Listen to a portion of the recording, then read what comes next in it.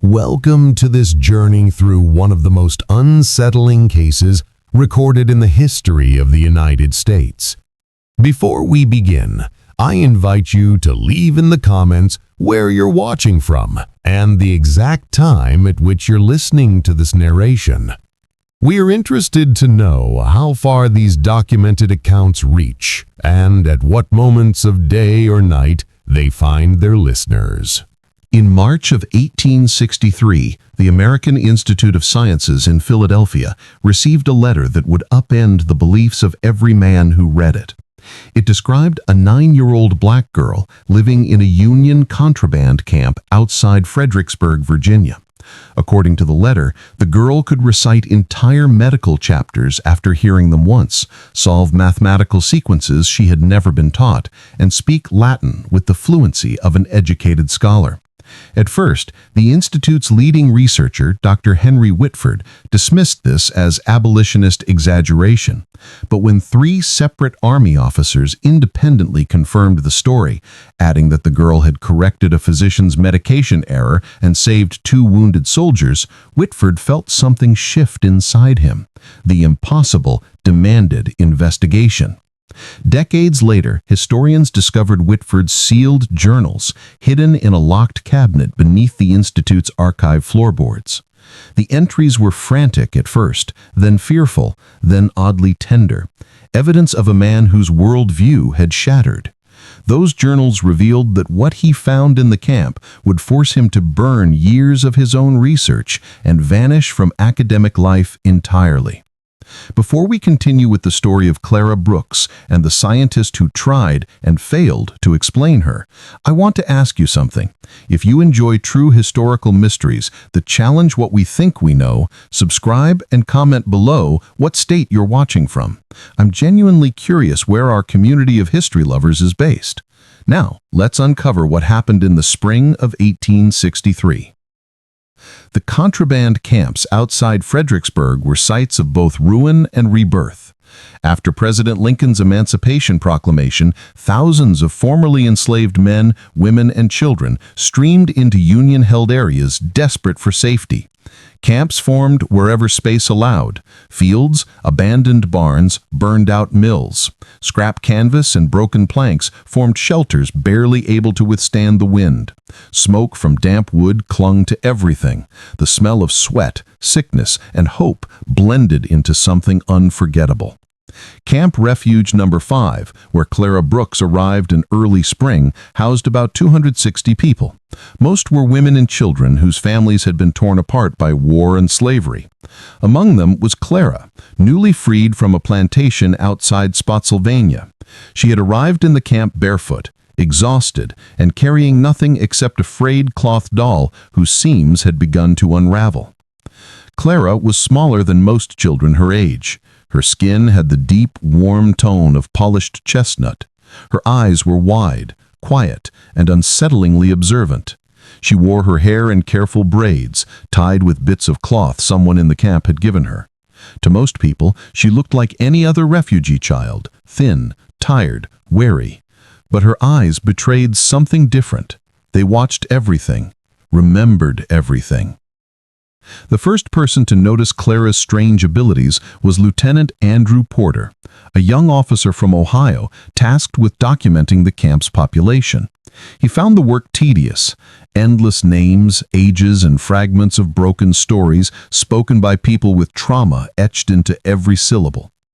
When he called Clara forward, she approached with her head lowered. At her side stood Martha, an older woman who had become her guardian during the escape north. Porter noted Clara's small stature, her quietness, the way she kept her hands clasped tightly.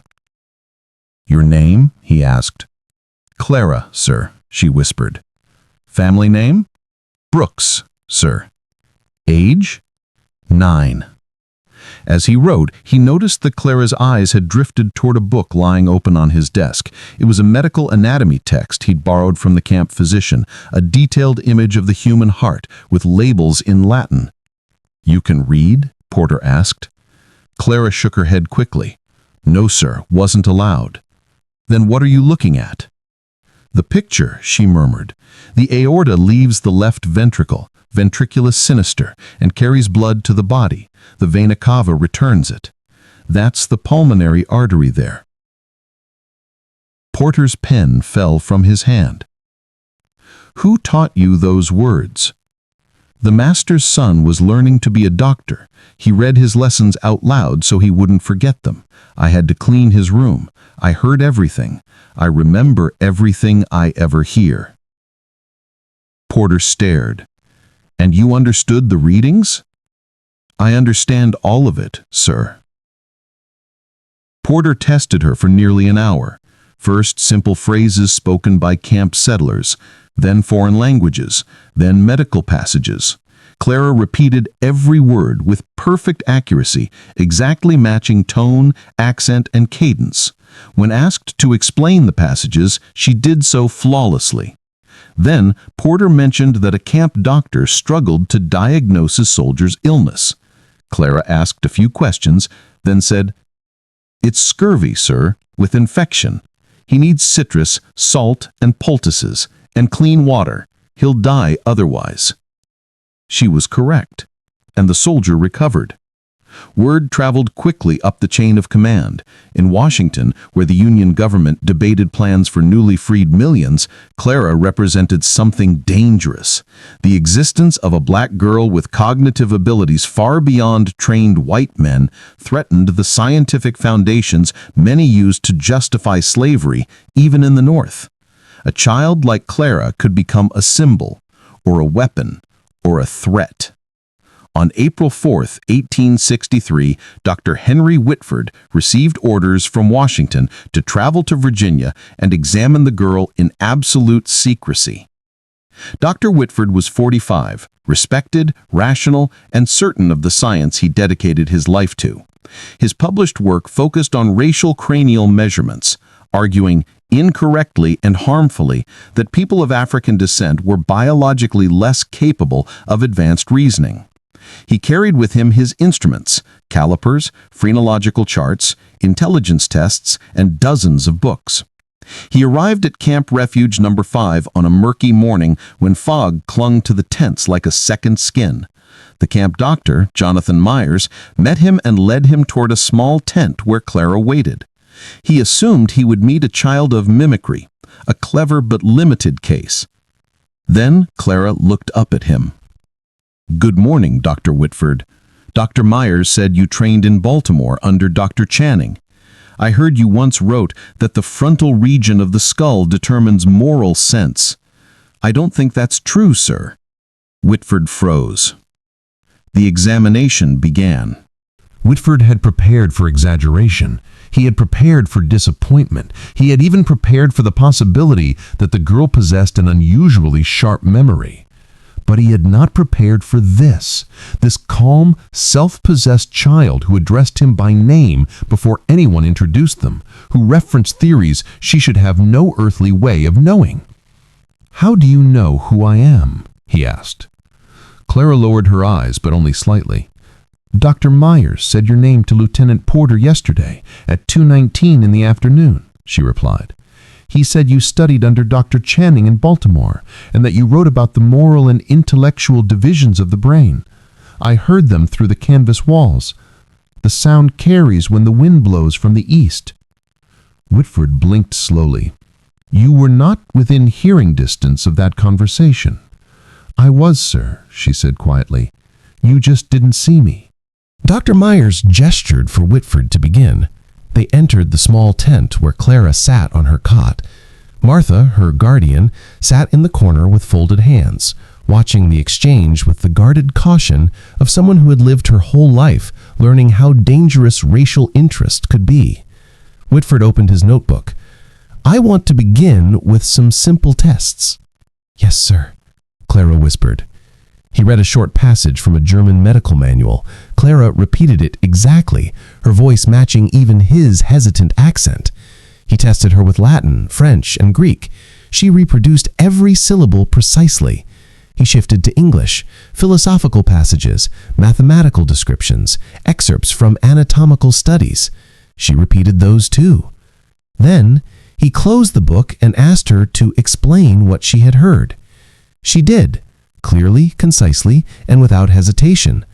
When she explained the circulatory system, she corrected two outdated concepts still taught in most U.S. medical schools.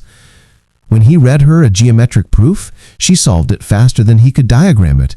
When he quoted Kant, she pointed out a contradiction that even Whitford had never noticed. Myers crossed his arms. "Told you," he muttered. Whitford's pulse quickened. His throat tightened. His meticulously constructed theories about racial hierarchy, his life's work, began to feel thin, brittle, absurd. But he pressed on. Mathematics next. He wrote a sequence: 21, 34, 55, 89. "Fibonacci," Clara murmured. "Next is 144. He wrote an algebraic system. She solved it instantly. He tried a geometric logic problem without a clear solution. Clara examined it briefly, then said, "This equation contradicts itself. No correct answer exists." Whitford stopped writing. "That is correct," he said weakly. Myers smirked. "Told you she sees things." Whitford moved to auditory tests. Dr. Myers produced a violin. He played a complex series of notes, hesitating as he shifted positions. Clara identified each pitch, each interval, each accidental, then added, "You played the D sharp slightly flat, sir, about a quarter tone." Whitford felt his fingertips go numb.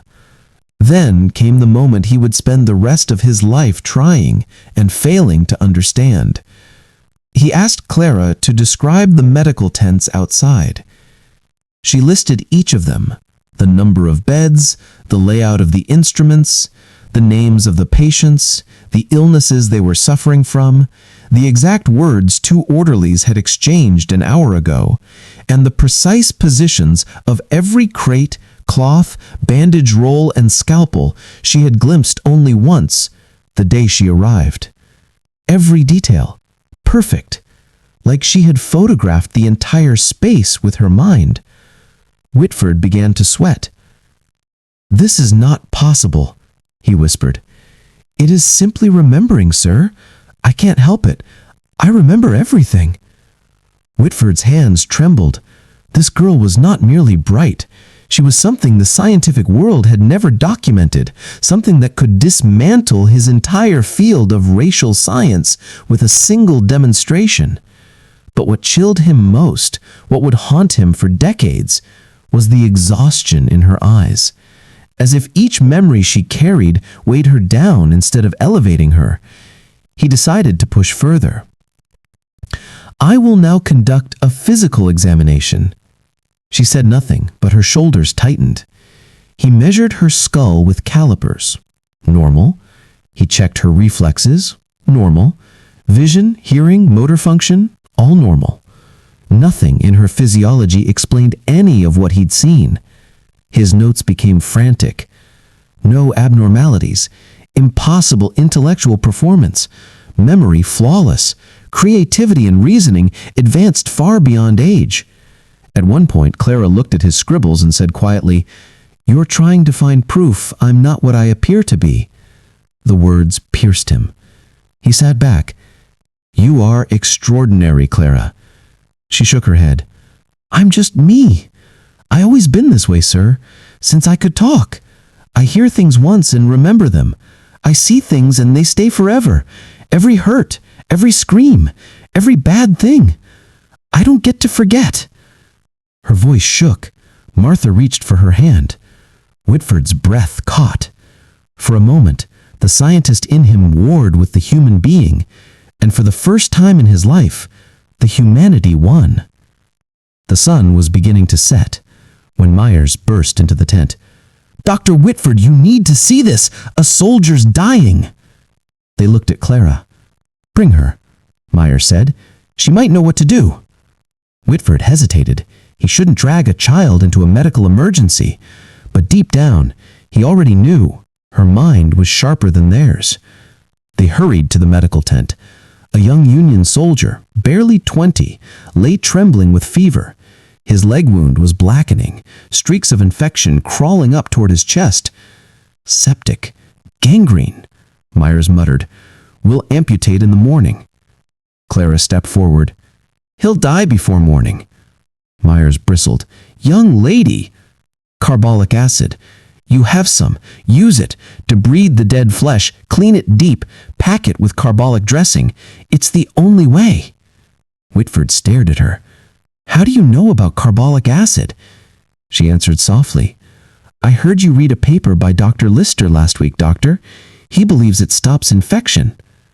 "You heard that through a wall," Myers muttered. Clara nodded. It took only seconds for Whitford to choose. "Do as she says." The next hour was agony. The soldiers screamed as Myers and the attendants cleaned, cut, and packed the wound. Clara did not flinch. At dawn, the fever broke. He would survive. Whitford looked at the girl standing beside him, small, quiet, exhausted, and knew with absolute certainty that the world must never learn what she was capable of. Not the government, not the scientists, not the public, not even history. Because if they did, they would tear her apart. Whitford did not sleep that night. He sat at a rough wooden desk inside the surgeon's tent, trembling hands hovering over his open journal.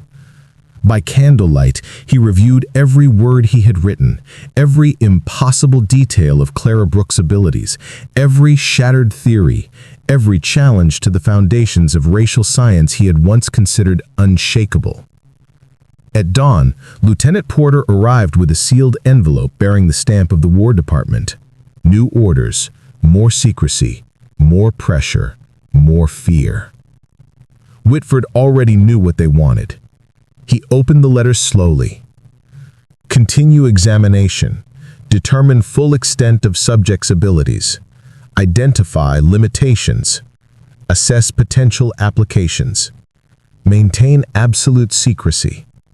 Under no circumstances allow subject to become public knowledge. Applications, Whitford whispered, the word bitter on his tongue. Not education, not protection, not liberation. Applications. To them, Clara was not a child. She was an asset, a resource, a tool, something to be studied, used, and contained. Porter shifted uneasily. Sir, they're not thinking of science anymore, are they? No, Whitford said. They're thinking of power.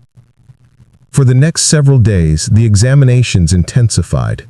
Whitford brought in 2 additional assistants, young medical interns who had sworn oaths of discretion, but whose eyes glittered with fascination every time Clara solved something beyond their comprehension. The atmosphere in the tent shifted. Curiosity turned to hunger, hunger to ambition. Clara sensed it immediately. She answered every question, but her voice grew softer, her posture smaller, her eyes dimmer. She slept less, ate little. She winced at loud noises she would have ignored before. Martha hovered like a guardian spirit, but she could not stop what was happening, nor could she protect Clara from the exhaustion creeping into her bones. One afternoon, while Whitford tested Clara's ability to retain long mathematical sequences, he noticed her hands trembling. "Clara," he said gently, "we can stop for today." She shook her head. "No, sir. If I stop, they'll just ask again tomorrow. Makes no difference." Whitford swallowed hard.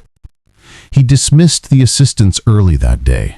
When they left, Clara exhaled shakily, as if she had been holding her breath for hours. Whitford pulled a chair closer. "Clara," he said softly, "are you frightened?" She didn't look up. "Yes, sir." "Of what?" "Of being used, of being owned again." The word hit him like a stone. "We won't let that happen." She finally met his eyes. "You can't stop them, sir. They're soldiers, officers, government men. If they decide I'm worth something, they'll take me. Doesn't matter if I cry or scream or run. I've seen it happen with horses, with dogs, with people." Her voice cracked. Whitford felt a crushing weight settle on his chest. For the first time in his life, he understood how monstrous a system could be, not because it was violent, but because it was logical, efficient, cold. A system didn't need cruelty to destroy someone like Clara. It needed curiosity. That night, after Clara and Martha slept, Whitford reread his own past publications, pages filled with measurements, comparisons, classifications, charts used to justify inequality, arguments crafted to support the belief that white brains were superior, that black intellect was limited, that the social order was scientifically ordained. He felt sick. Every theory he had ever defended, every debate he had ever won, every paper he had ever published, all of them were lies wrapped in the language of science. And Clara, this small, fragile child, was the truth. By the 5th week, the tests grew darker. The War Department wanted boundaries. They wanted to know how far Clara's mind could be pushed. They wanted to know what happened when she was fatigued, overwhelmed, overstimulated. Whitford resisted. He refused to administer sleep deprivation tests. He refused to push her into panic. He refused to give them the limits they asked for. Others did not. One morning, Whitford entered the examination tent to find one of the young assistants, Caleb Wright, speaking sharply to Clara as she sat rigidly on the cot, eyes wide with fear. "I didn't tell you to stop. Repeat the sequence again," the assistant barked. Whitford crossed the tent in 3 long strides. "Enough." Wright jumped. "Sir, I was following the protocol sent by Washington." "You follow my orders, not theirs." "But sir, they want—" "I don't care what they want." Whitford turned to Clara. She was shaking, her breath shallow and quick. "Clara," he whispered, kneeling before her, "look at me." Slowly, painfully, she raised her eyes. He had never seen such raw terror in a child, not even in the worst field hospitals during the war. Wright opened his mouth to protest again, but Whitford silenced him with a glare so fierce the younger man stepped back. "We are done for today." "But sir—" "Get out." Wright fled. Whitford sat beside Clara. She leaned against him, exhausted beyond measure. "Sir," she whispered, "they want to break me."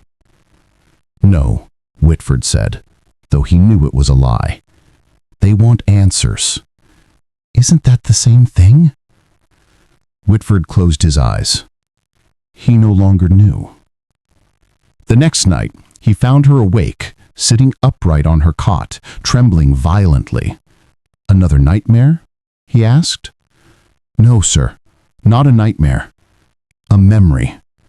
Or 100 memories, they all come at once. I can't stop them, I can't push them away."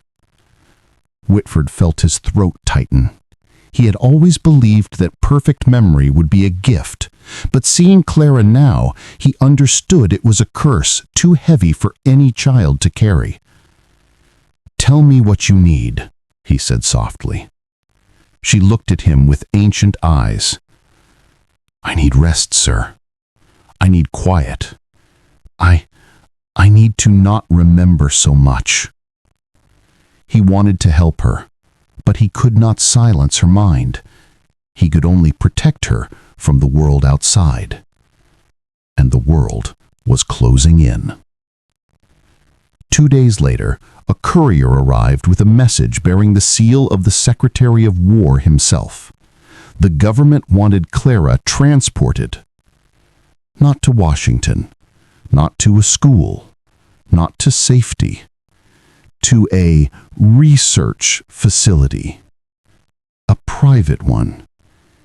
Whitford's blood went cold. He stared at the order for a long time, Then he folded it, placed it in his pocket, and walked out into the cool Virginia night. He knew then what he had to do. He would have to lie. He would have to falsify his report. He would have to destroy his career. He would have to betray his government. Because Clara Brooks was not a research subject. She was a child. And if he didn't act immediately, she would disappear forever.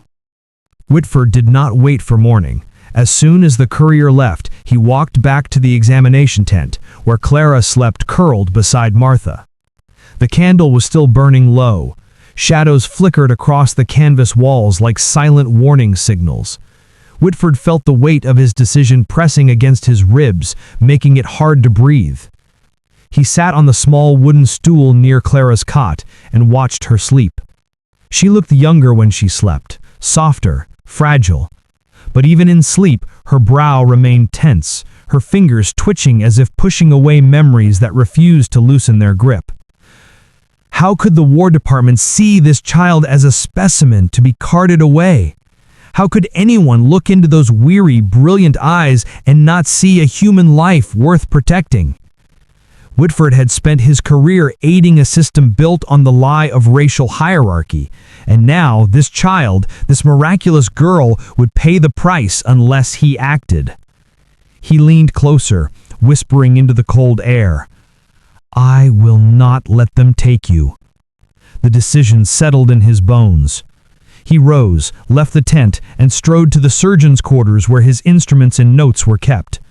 Dr. Myers was there, rubbing ointment into cracked hands after a long day treating fevers. "You look like you've seen a ghost," Myers muttered.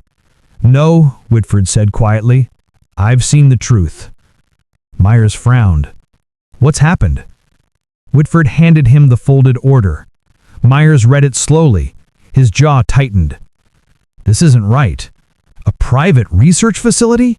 They'll experiment on her. Dissect her mind until she breaks." "I know," Whitford whispered.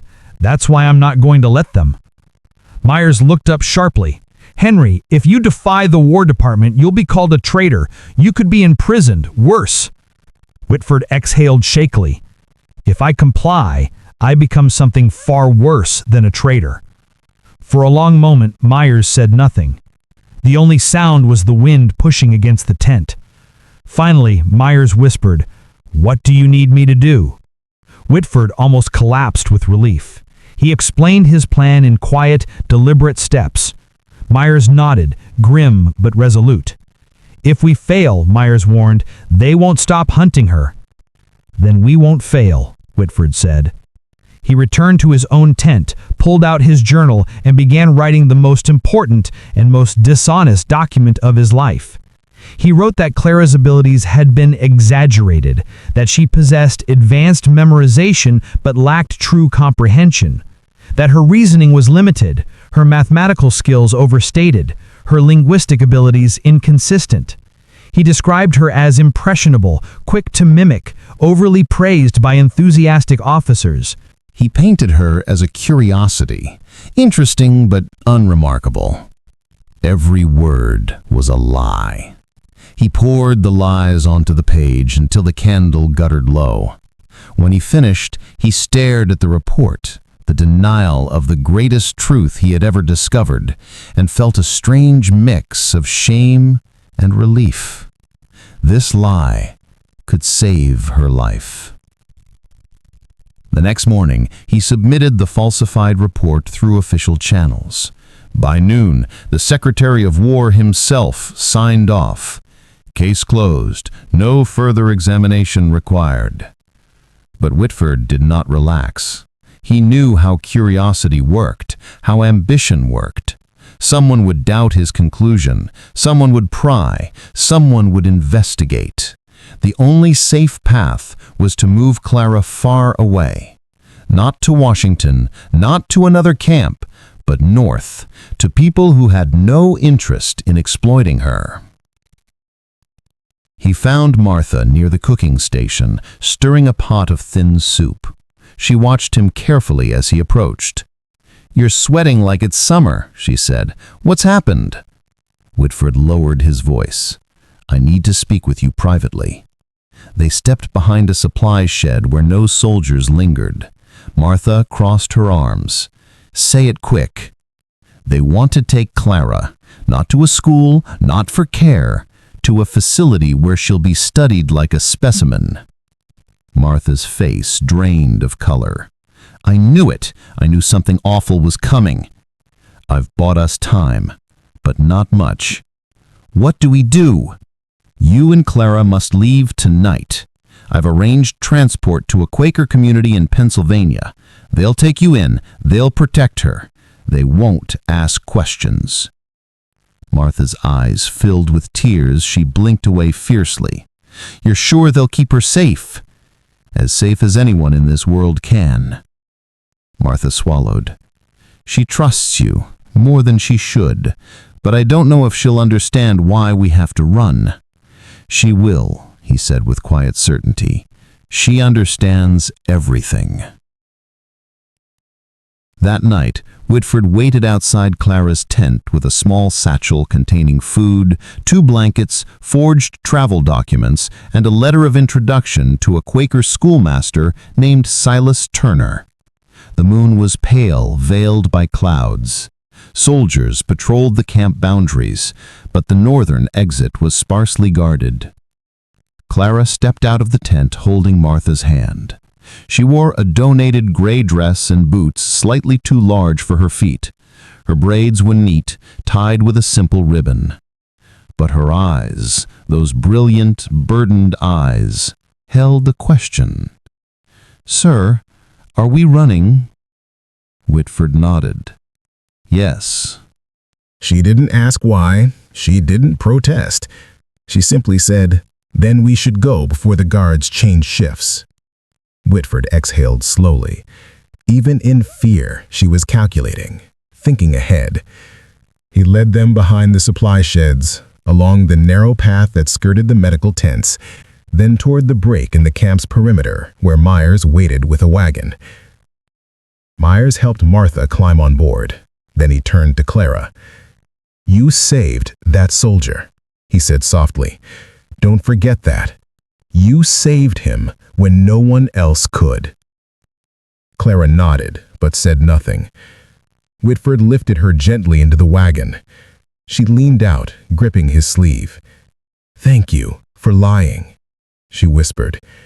He froze. "How did you—" "I saw your report on your desk when you spoke with Dr. Myers this morning. I remember every word." He bowed his head. "I hope one day you can forgive me for not telling the truth about you."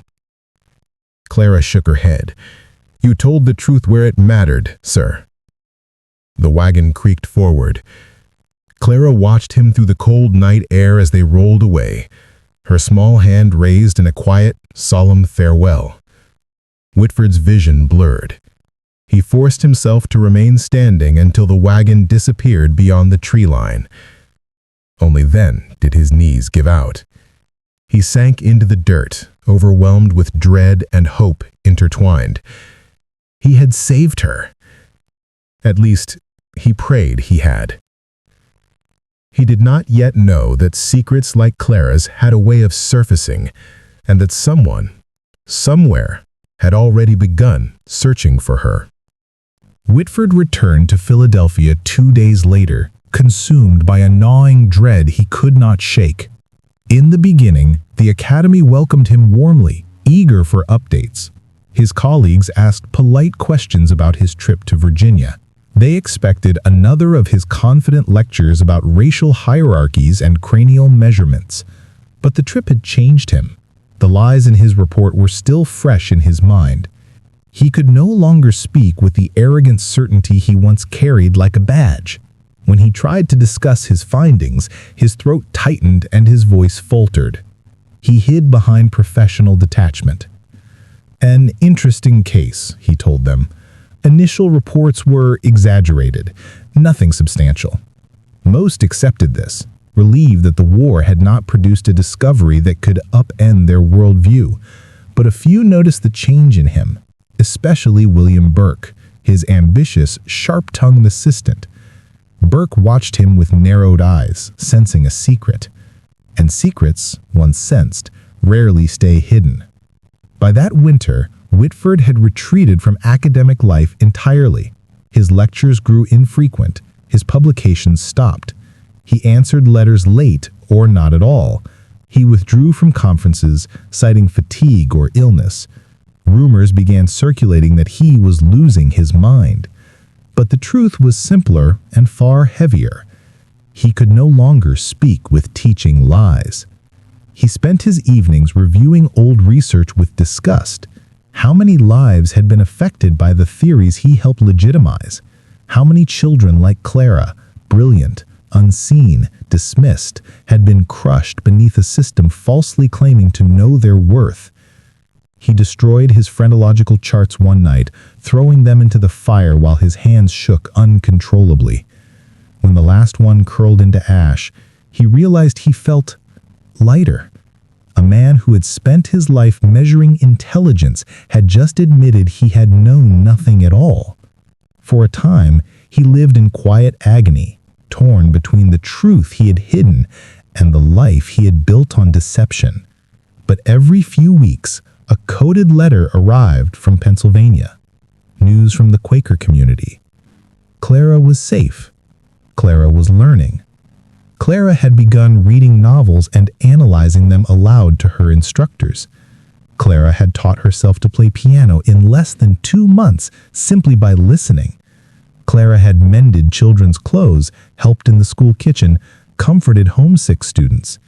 Clara had smiled, a real smile, more than once.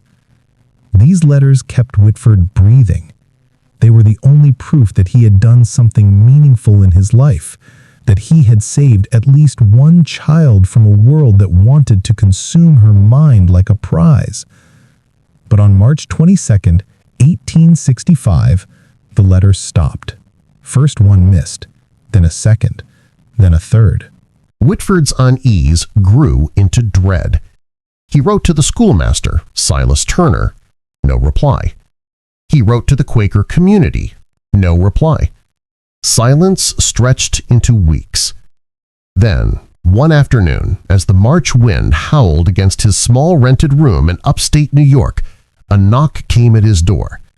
A traveling minister stood there, pale and trembling, holding a folded note.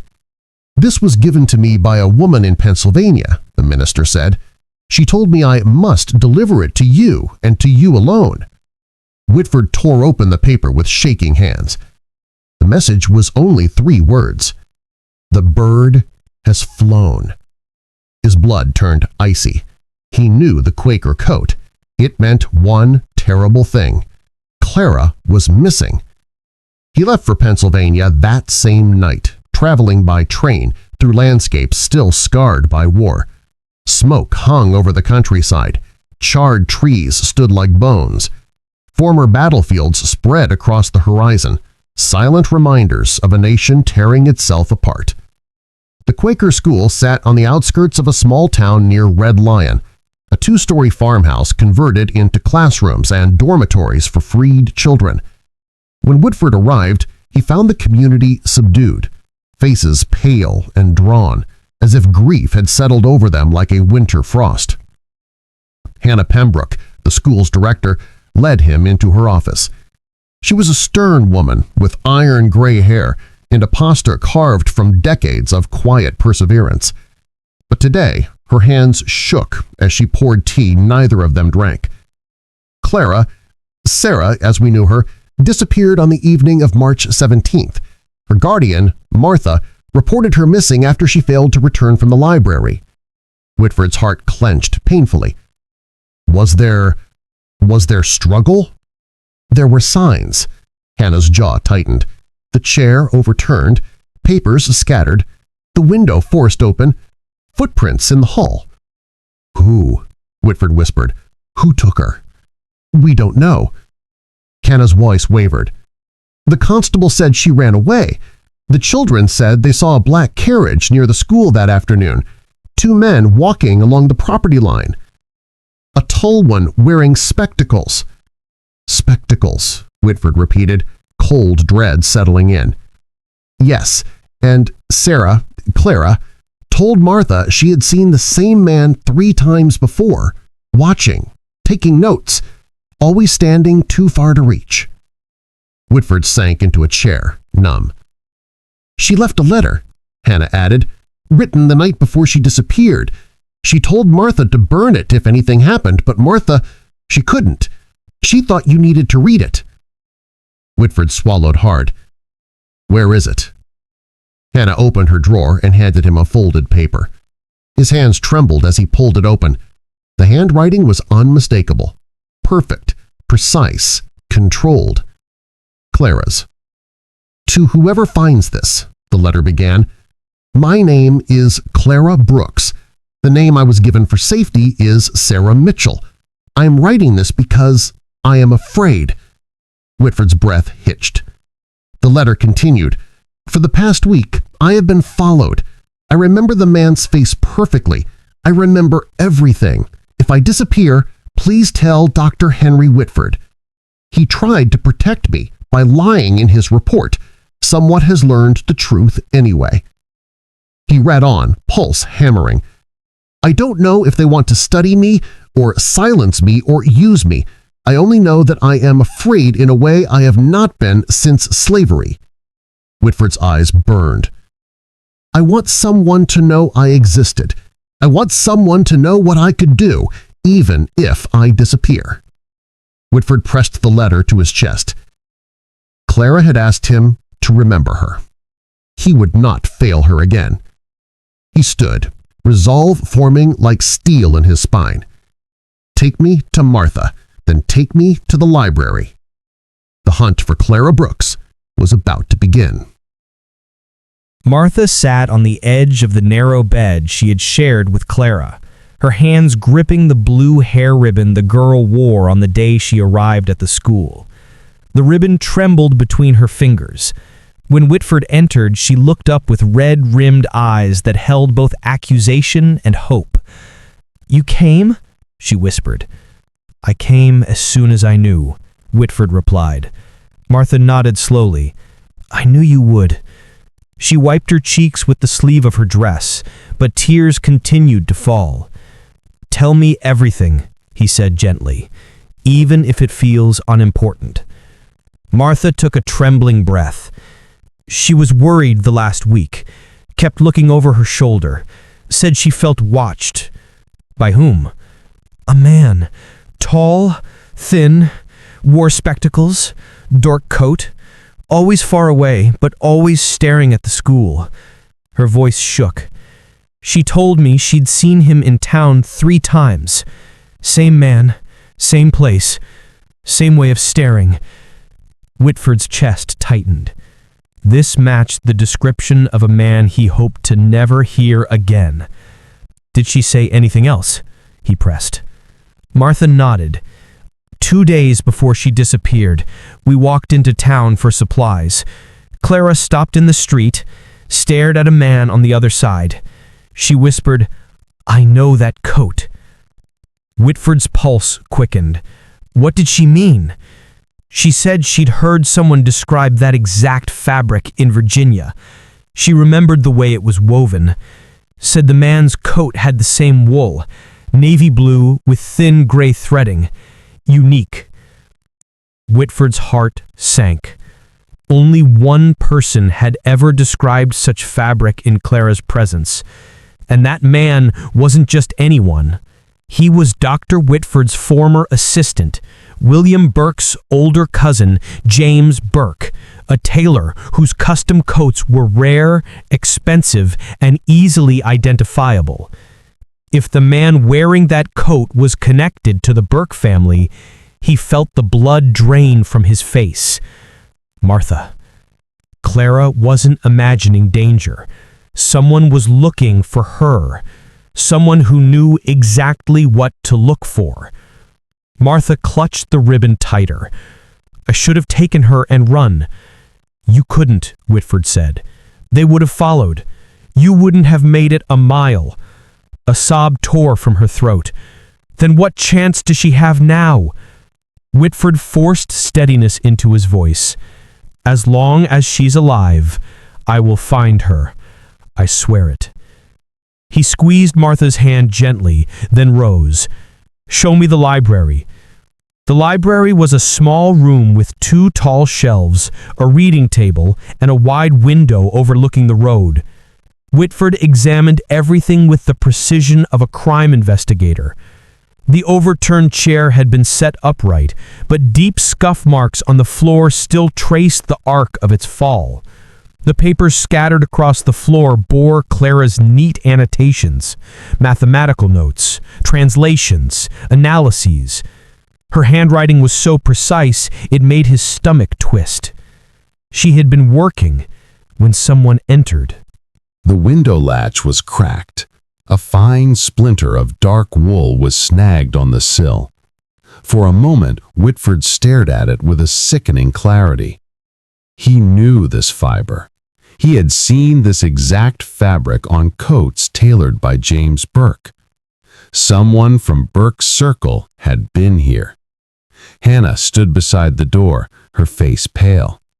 The constable refused to investigate, said Negro children wander off all the time. Whitford clenched his jaw. He is wrong. He knelt by the window. The ground below was soft from recent rain. No mud prints inside, but outside, faint tracks led toward the back path. 2 sets, adult men. They didn't grab her through the window, Whitford murmured. They surprised her from inside, knocked over the chair, and carried her out the door. Hannah nodded. That's what we thought. She fought, though. Papers flew everywhere. But she's small. They took her quickly. Whitford stared at the footprints disappearing into the woods behind the school. They were prepared, he said. This was no accident. They planned it, watched her, waited for a moment when no one was around. Hannah hesitated. There's something else. Ruth found this under Clara's mattress. She handed him a folded slip of paper. Clara's writing again. Perfect. Steady. Even as she prepared for the worst. If something happens, please find Dr. Whitford. He will know what to do. I trust him. Whitford's throat tightened. She had trusted him, and he had failed her. He folded the note and slipped it into his pocket. I need to speak to the children, he said. The children gathered in the schoolyard, small faces solemn. Whitford knelt so he was at eye level with them. Did any of you see or hear anything unusual the day Clara disappeared? He asked gently. A boy raised his hand. I saw a dark carriage on the road, black with shiny wheels. The horses were big. What time? Whitford asked. Before sunset, maybe 5 o'clock? A girl spoke next. I saw 2 men walking by the fence. One wore glasses. He kept writing in a little book. The same man, taking notes, cataloging, hunting. Another boy added, they didn't look like they belonged here. Too clean, too dressed, like city people. Whitford felt his stomach twist. This wasn't a kidnapping done by desperate criminals. This was a coordinated extraction, professional, clinical, likely financed by someone who considered Clara valuable. That meant scientists, researchers, or wealthy benefactors fascinated by unusual minds. He had seen such men before. He had once been one, and one name rose like poison in his mind. Dr. Edmund Voss. Voss had written to the War Department earlier that year, questioning Whitford's official report and accusing him indirectly of covering up something extraordinary. Voss had been probing, searching. If Voss believed Clara existed, he would stop at nothing to find her.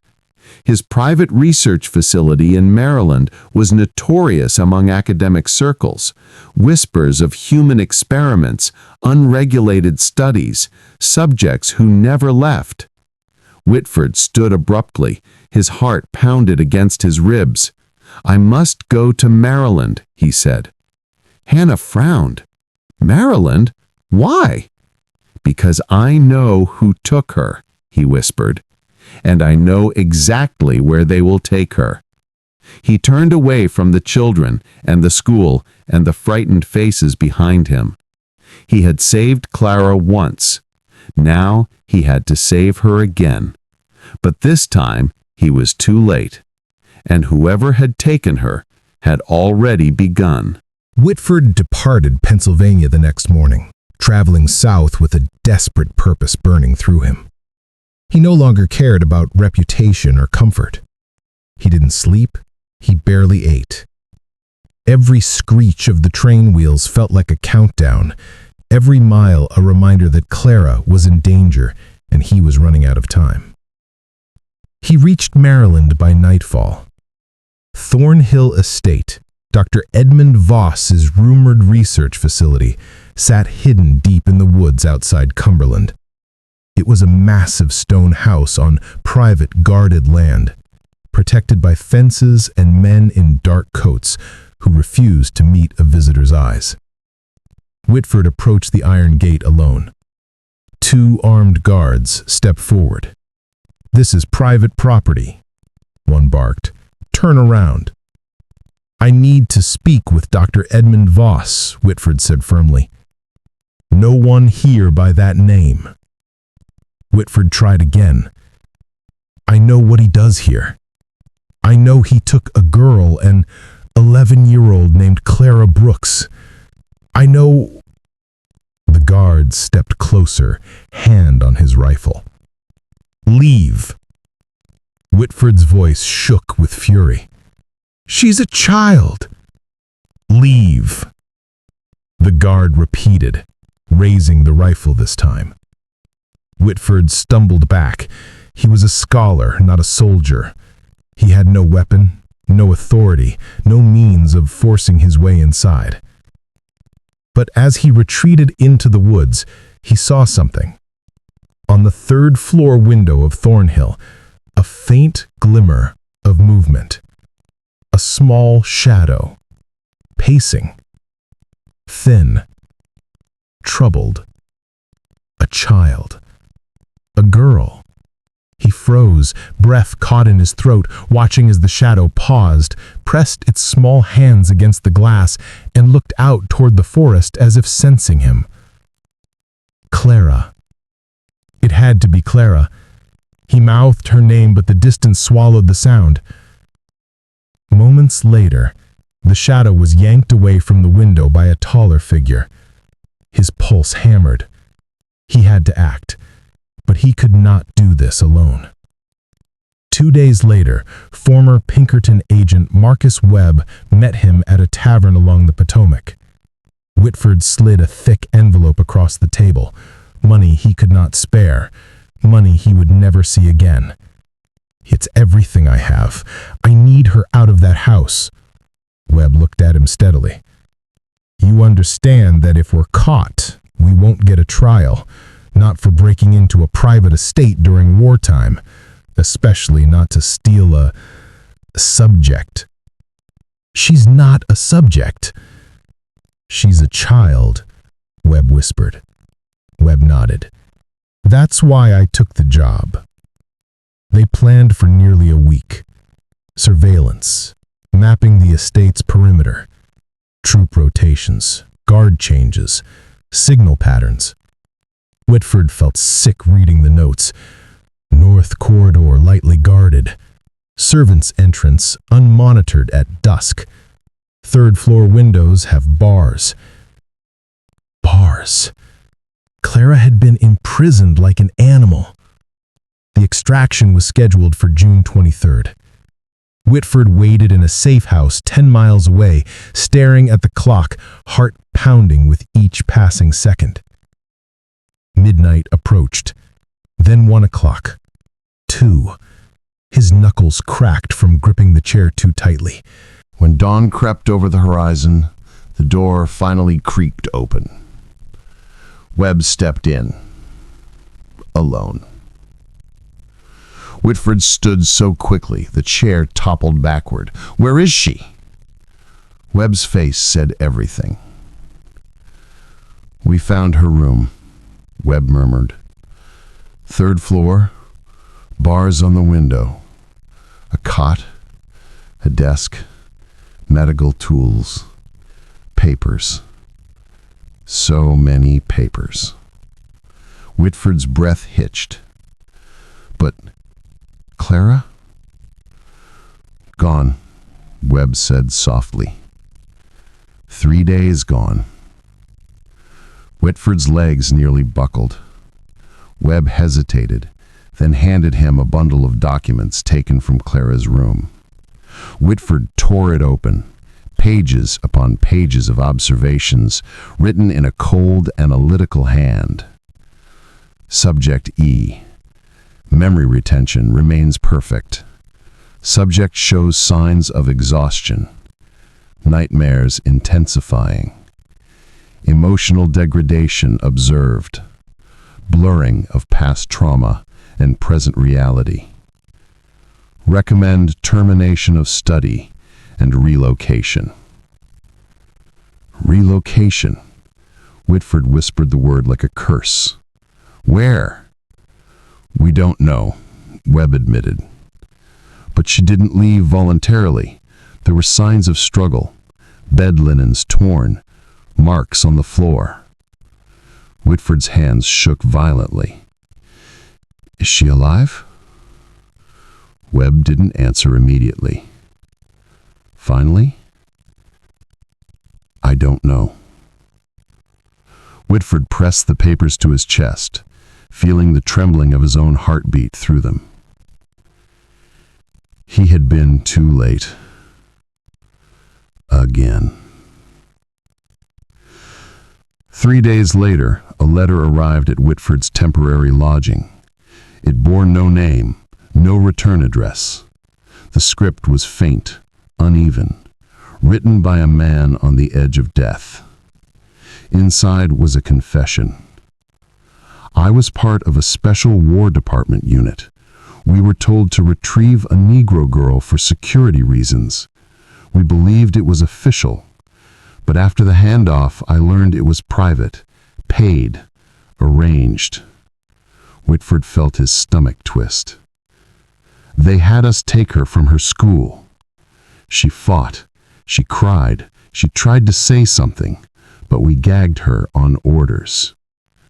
Whitford closed his eyes. "We delivered her to Thornhill, where Dr. Voss conducted experiments. I heard she was moved again after she began to break. They said she was too valuable to discard, but too unstable to keep." The letter ended with 6 haunting words. "I pray someone finds her someday." Whitford searched for Clara for years. He traveled across Maryland, Pennsylvania, Delaware, interviewing soldiers, researchers, runaways, station masters, abolitionists, smugglers, and nurses.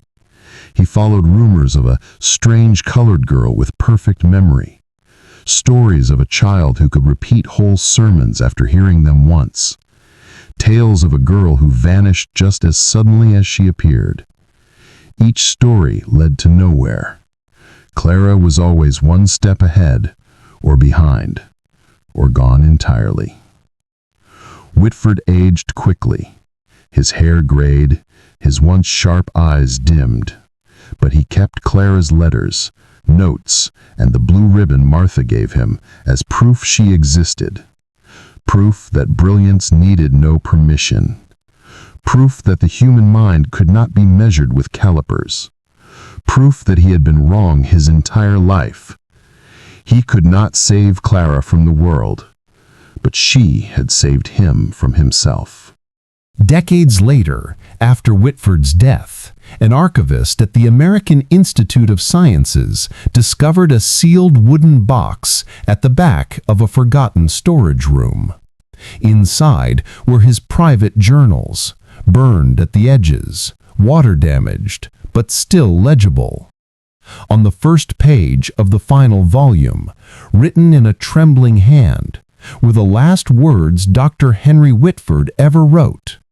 "I could not find Clara Brooks, but I hope someone, someday, will learn she existed and believe that a child like her proves the truth no science could admit, that genius does not belong to one race, one class, or one people, and that an extraordinary mind, especially one born in chains, is the most dangerous truth of all." The archivist read the lines slowly, feeling a chill run down her spine.